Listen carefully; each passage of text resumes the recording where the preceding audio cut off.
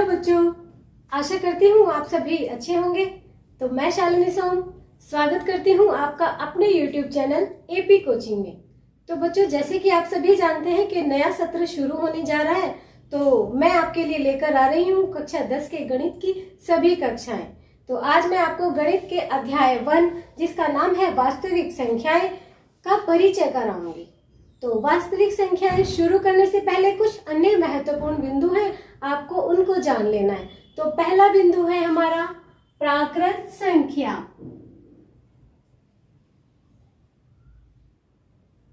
प्राकृत संख्याएं, देखिए प्राकृत संख्याएं क्या होती हैं। इनको हम नेचुरल नंबर्स भी बोलते हैं, तो इसलिए इनको कैपिटल N से प्रदर्शित करते हैं। गणित में अगर कहीं पर कैपिटल N मिलता है तो उसका मतलब होता है प्राकृत संख्याओं का समूह। ठीक है, प्राकृत संख्याएं क्या होती हैं? वे संख्याएं जो हम गणना करने के लिए उपयोग करते हैं वो प्राकृत संख्याएं कहलाती हैं। गणना मतलब किसी भी चीज की काउंटिंग, गिनती। जैसे पूछा जाए कि आपकी कक्षा में कितने बच्चे हैं, तो आप कैसे बताएंगे? उनकी गणना करेंगे, उनकी गिनती करेंगे ना। काउंटिंग कैसे करेंगे? 1 2 3 4 ऐसे काउंटिंग करेंगे। तो जो ये काउंटिंग करने के लिए हमने नंबर यूज किए हैं, जो संख्याएं यूज की हैं, वो होती हैं हमारी प्राकृत संख्याएं। ठीक है, तो आइए इसको लिखते हैं कि वह संख्याएं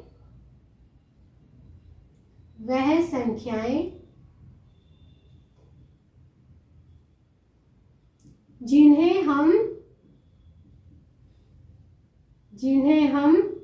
गणना करने के लिए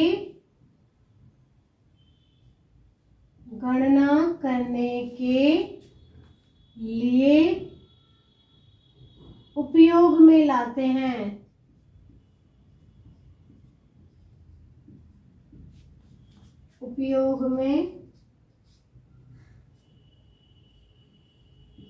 हैं। प्राकृत संख्याएं कहलाती हैं। प्राकृत संख्याएं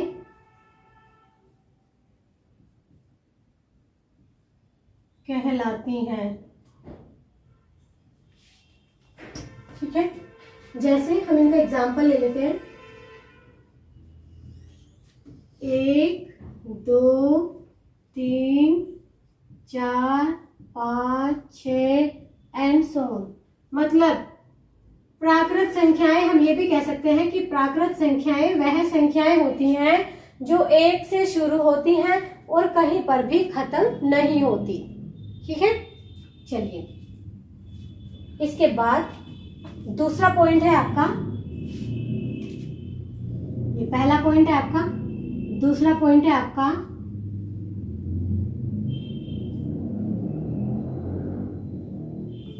पूर्ण संख्याएं।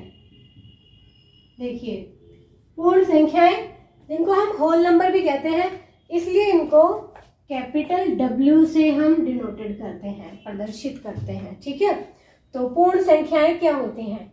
यदि हम प्राकृत संख्याओं के समूह में 0 को भी इंक्लूड कर ले, 0 को भी शामिल कर लेते हैं, तो वो जो समूह बनता है वो पूर्ण संख्याओं का बनता है। ठीक है, ज्यादा कुछ फर्क नहीं है दोनों में, बस ये फर्क ये है कि पूर्ण संख्याएं होती तो प्राकृत संख्याएं ही हैं, लेकिन इसमें 0 भी आता है, 0 भी शामिल होता है। ठीक है, तो कैसे लिखते हैं इसको?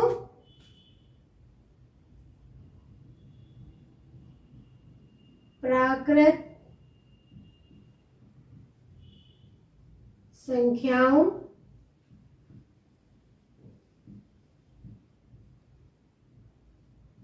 के समूह में यदि 0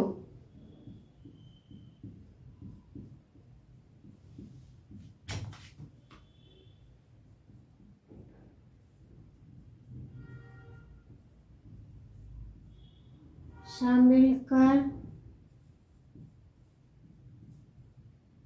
लिया जाए तो वह संख्याएं पूर्ण संख्याएं कहलाती हैं।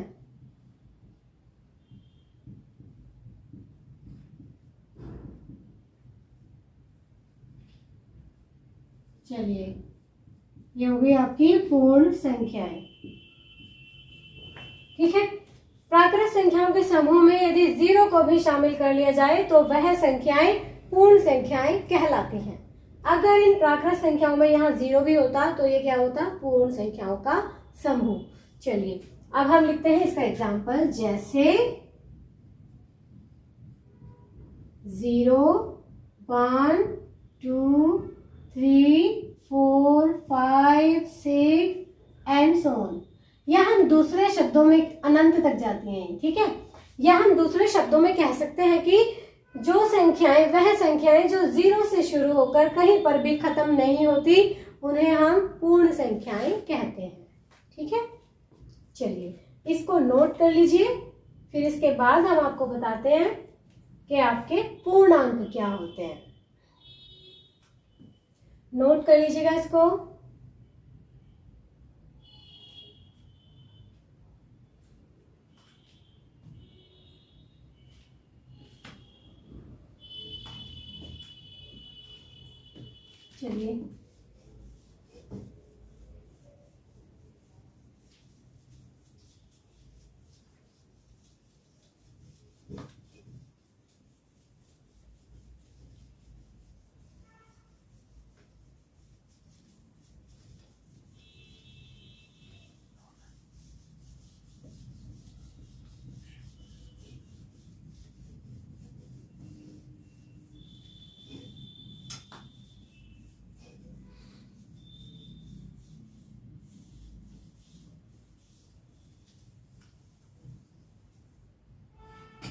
चलिए, पूर्णांक, इसके बाद आपका थर्ड पॉइंट है, ये आपका पूर्णांक। इंटीजर्स भी कहते हैं जिनको जेड से प्रदर्शित करते हैं।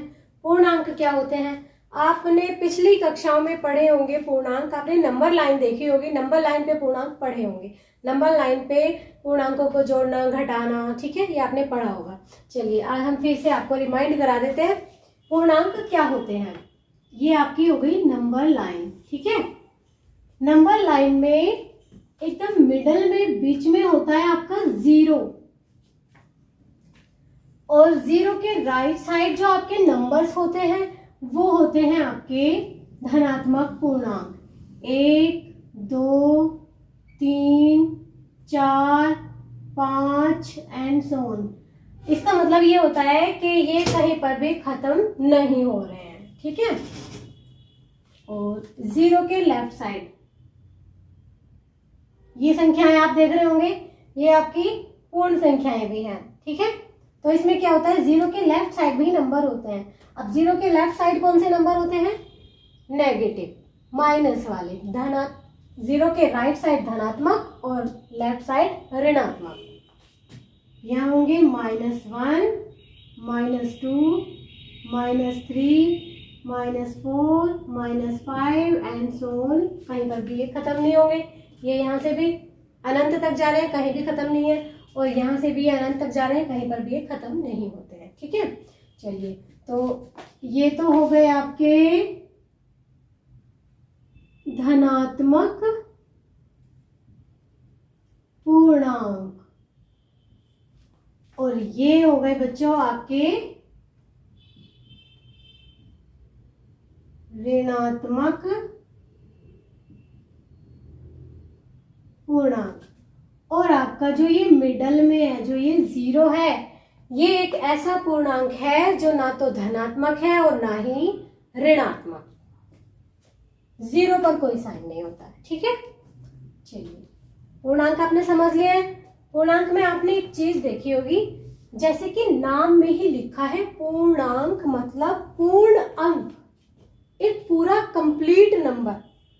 कहीं भी ऐसा नहीं दिखाई देगा आपको 1.2 या फिर 1/2, इस तरह का नंबर आपको नहीं दिखेगा। 1.2 में 1 भी पूर्णांक है, 2 भी पूर्णांक है, लेकिन 1.2 पूर्णांक नहीं है। ठीक है, चलिए इसके बाद आपका अगला पॉइंट है परिमेय संख्याएं, जो कि इस चैप्टर में बहुत महत्वपूर्ण बिंदु है। परिमेय संख्याएं, रैशनल नंबर्स, परिमेय संख्याएं। चलिए परिमेय संख्याओं को हम क्यू से भी क्यू से डिनोटेट करेंगे। ठीक है, परिमेय संख्याएं क्या होती हैं? वह संख्याएं जिन्हें हम p बटे q के रूप में लिख सकते हैं, परिमेय संख्याएं कहलाती हैं। p बटे q समझते हो, अपोन में लिखी जाती हैं, जो फ्रैक्शन होते हैं। ठीक है, तो परिमेय संख्याएं क्या हैं? जिन्हें हम p बटे q के रूप में लिख सकते हैं। अब p बटे q के रूप में तो लिख देंगे, लेकिन दो कंडीशन होती हैं। अब वो कंडीशन क्या है, चलिए आगे बताते हैं आपको। वह संख्याएं, लिख देते हैं इसको, वह संख्याएं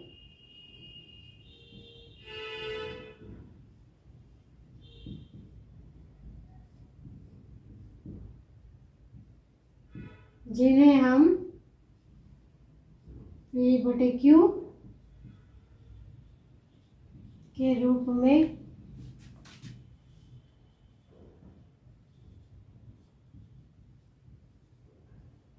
लिख सकते हैं। इसको ध्यान से समझिएगा, बहुत ही महत्वपूर्ण है आपके लिए। आगे क्वेश्चन आएगा तभी आपको समझ आएगा वो क्वेश्चन। जब आप ये बिंदु समझ लेंगे ना, तभी आपको वो क्वेश्चन समझ आएगा। ठीक है, वह संख्याएं जिन्हें हम p बटे q के रूप में लिख सकते हैं,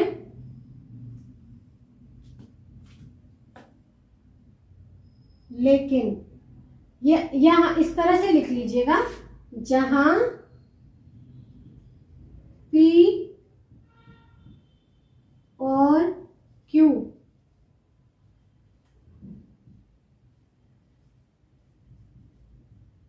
कोई पूर्णांक है, लेकिन q डज नॉट इक्वल 0 है। देखिए बच्चों, बहुत ही महत्वपूर्ण पॉइंट है आपका, परिमेय संख्याएं। वह संख्याएं जिन्हें हम p बटे q के रूप में लिख सकते हैं, लेकिन दो चीज आ जाती हैं, p और q क्या होने चाहिए? पूर्णांक। ये पूर्णांक, इनमें से कोई नंबर हो सकता है p और q, माइनस का भी हो सकता है, प्लस का भी हो सकता है। ठीक है, दूसरी condition, q does not equal 0। जो ये नीचे वाला नंबर है ना q, ये 0 नहीं हो सकता। अब p बटे q के रूप में जब किसी नंबर को लिखेंगे तो p क्या होता है? हमारा अंश। p क्या होता है? अंश। और q क्या होता है? हर। ठीक है, अंश और हर, अंश और हर क्या होने चाहिए? पूर्णांक होने चाहिए। ठीक है, चलिए, लेकिन जो हर है हमारा वो 0 नहीं होना चाहिए। क्यों? क्योंकि लिखा है कि 0 भी पूर्णांक है, लेकिन इन्होंने कंडीशन दे दी कि q जो है 0 पूर्णांक नहीं हो सकता, बाकी कुछ भी हो सकता है। ऊपर 0 आ सकता है, p 0 हो सकता है, लेकिन q 0 नहीं हो सकता। समझ आई बात? तो परिमेय संख्याओं के कुछ उदाहरण देख लीजिएगा आप। ठीक है, जैसे 5/2। देखिए 5/2, क्या 5/2 परिमेय है? यस। क्यों? 5/2 p बटे q के रूप में लिखा है। p और q मतलब 5 और 2 क्या है? पूर्णांक है।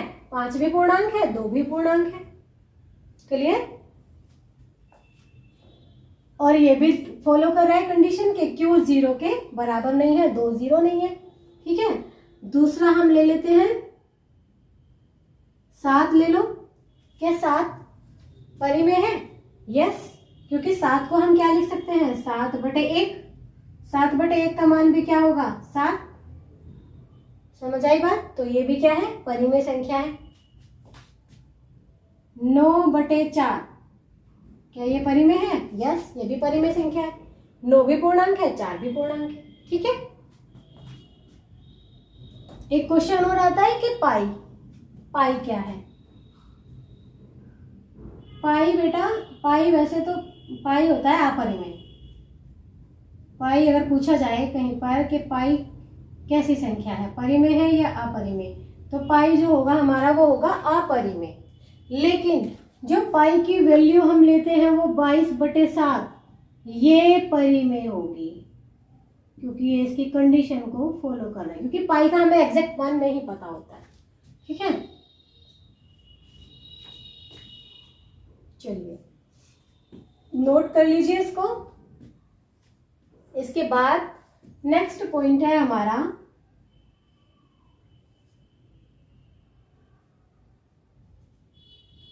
अपरिमेय। ये भी बहुत इंपॉर्टेंट, अपरिमेय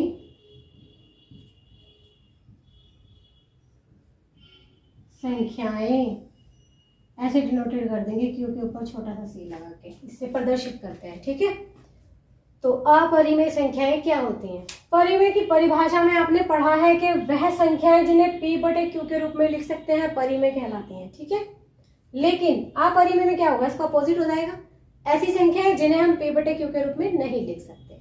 ठीक है, वह संख्याएं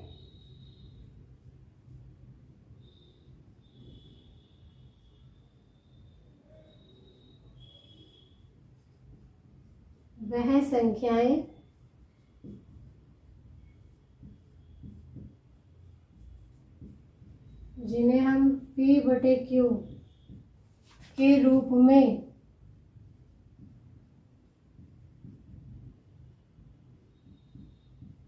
नहीं लिख सकते।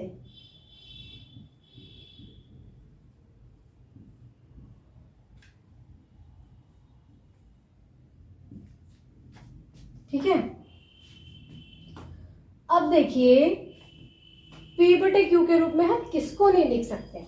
एग्जाम्पल ले लीजिए, पहले एग्जाम्पल से अच्छे से समझ में आ जाता है। जैसे √5, √2, √3, इनको हम p/q के रूप में नहीं लिख सकते। अभी बता दे रहे हैं क्यों नहीं लिख सकते हैं। √6 भी आ जाएगा भी, क्यों नहीं लिख सकते? आप सोच रहे होंगे कि लिख सकते हैं कैसे भाई, इसके अपोन में 1 लगा दें, जैसे यहाँ पे 1 लगा के इसको बना दिया, p/q हो गया, तो ये भी हो जाएगा।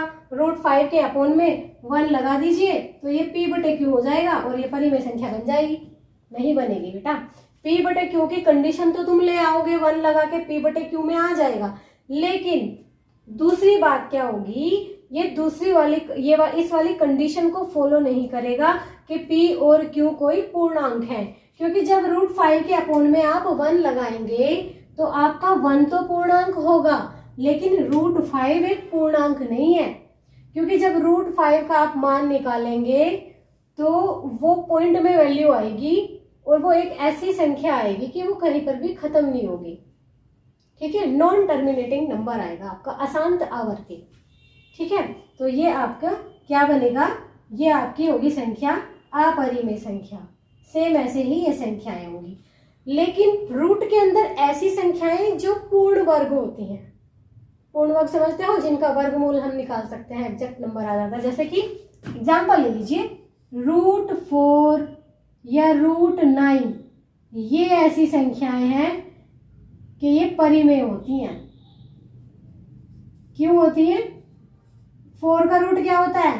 2, 9 का रूट क्या होता है? 3। समझ आई कुछ बात? रूट के अंदर ऐसी संख्याएं जिनका वर्गमूल निकाला जा सकता है वो क्या होंगी? परिमेय संख्याएं, और जिनका वर्गमूल हम नहीं निकाल सकते वो क्या होंगी? अपरिमेय संख्याएं। ठीक है, तो परिमेय अपरिमेय आपको अच्छे से समझ आ गया होगा। अगर नहीं फिर भी किसी को समझ आया तो आप कमेंट सेक्शन में कमेंट डाल सकते हैं और मैं आपका सॉल्यूशन जल्द ही निकालूंगी। नोट कर लीजिएगा, मिटा देते हैं फिर इसको।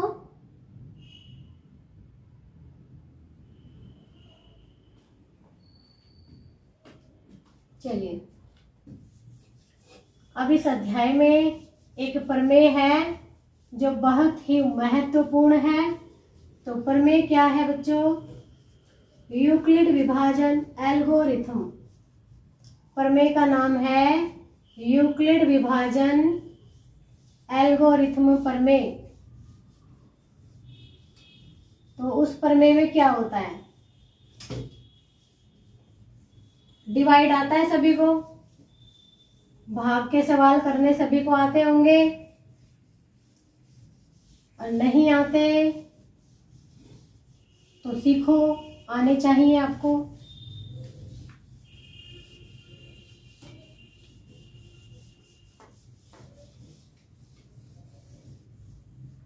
तो चलिए बच्चों, पर में देखिए,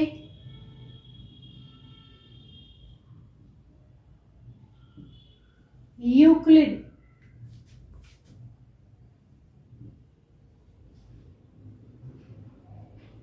विभाजन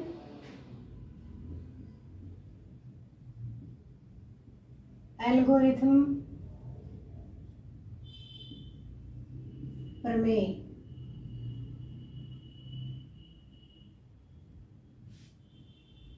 यूक्लिड विभाजन एल्गोरिथम प्रमेय, ये क्या होता है? देखो, इसमें क्या होता है कि भाज्य बराबर भाजक गुना भागफल प्लस शेषफल। बड़े ध्यान से समझना इसको, बहुत इंपॉर्टेंट पॉइंट है। भाज्य बराबर भाजक गुना भागफल प्लस शेषफल। अब ये क्या होता है? जानते सभी हैं इसको, ये होता क्या है? चलिए, हमारे पास कोई दो नंबर है। एक नंबर है हमारे पास 19, कोई भी नंबर ले सकते हैं आप, ठीक है। एक नंबर है हमारे पास 5, ठीक है। तो ये जो 19 है इसको हम मान लेते हैं भाज्य, और 5 जो है इसको हम मान लेते हैं भाजक। तो हम क्या करते हैं, छोटे नंबर से बड़े को डिवाइड करते हैं। तो हम क्या करेंगे, भाजक से भाज्य को डिवाइड करेंगे। कैसे करेंगे? 5 से हम इसको a मान लीजिए, माना a बराबर 19 है, यहां लिख लीजिए a बराबर 19, ठीक है। और b बराबर ले लिए 5, ठीक है। तो हम b से a को डिवाइड करेंगे, 5 से डिवाइड करेंगे 19 को, तो क्या आ जाएगा? 5 दिया 15 आ जाएगा, शेष क्या बचेगा? 4। तो ये क्या होगा? ये होगा हमारा भाजक, ये होगा हमारा भाज्य, और ये होगा हमारा भागफल, और ये आ जाएगा हमारा शेषफल, ठीक है। तो इसको हम कैसे लिखते हैं? a बराबर, क्योंकि भाज्य बराबर भाज्य, भाज्य क्या है? एक, भाज्य बराबर भाजक, भाजक क्या है? 5, 5 मतलब b, b भागफल होता है q, क्वेश्चन इंग्लिश में बोलते हैं, ठीक है। और 4 शेषफल, शेषफल क्या है? Reminder r। तो a बराबर क्या हो जाएगा? bq plus r। ये आपका क्या है? यूक्लिड विभाजन एल्गोरिथम प्रमेय। तो इस प्रमेय का हम उपयोग कहाँ करते हैं? इस प्रमेय का उपयोग किया जाता है HCF ज्ञात करने में। HCF मतलब म स ज्ञात करना आता होगा अभी आपको, भाग विधि से भी आता होगा, अभाज्य गुणनखंड विधि से भी आता होगा। एक ये विधि है यूक्लिड विभाजन एल्गोरिथम प्रमेय। इस प्रमेय के द्वारा हम किन्हीं संख्याओं का HCF ज्ञात करते हैं, ठीक है। तो अगली वीडियो में एक्सरसाइज 1.1 के प्रश्न आएंगे, जिसमें आपका इस प्रमेय का उपयोग करना सीखेंगे, और भी अन्य महत्वपूर्ण प्रश्न आएंगे तो आपके लिए लेकर आएंगे जल्दी ही अगली वीडियो एक्सरसाइज 1.1। तब तक आप इसको अच्छे से नोट कर लीजिएगा और इसको समझ लीजिएगा। और अगर आपको कुछ ऐसा कोई डाउट है किसी क्वेश्चन में या किसी पॉइंट में, कहीं पर भी कुछ आपका डाउट है तो आप कमेंट सेक्शन में डाल दीजिएगा और आपका सॉल्यूशन निकाल दिया जाएगा। चलिए बच्चों, नोट कर लीजिएगा इसको। तो मिलते हैं आपसे अगली वीडियो में।